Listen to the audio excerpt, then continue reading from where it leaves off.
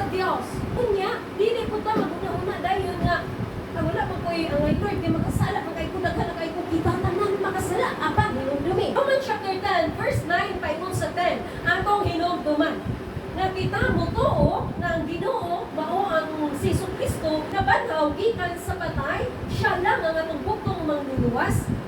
Kung kita maghinolsol, kita usala siya ang Kristo o erase na ang atong mga sala, di ba? Tungod dito sa cross.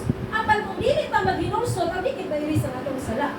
Maghinolsol sa una kita. Kay klaro nga kita gimatarong kita sa Dios dito sa cross.